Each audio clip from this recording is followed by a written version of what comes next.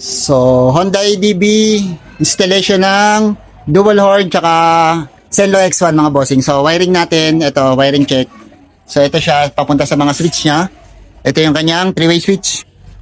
So, mga boss, ito naman yung kanyang selector ng loud horn tsaka stock horn. Tapos, ito yung kanyang passing. So, ito. Stock switch gamit natin mga boss. So, ito yung kanyang wire, papunta siya dito sa baba.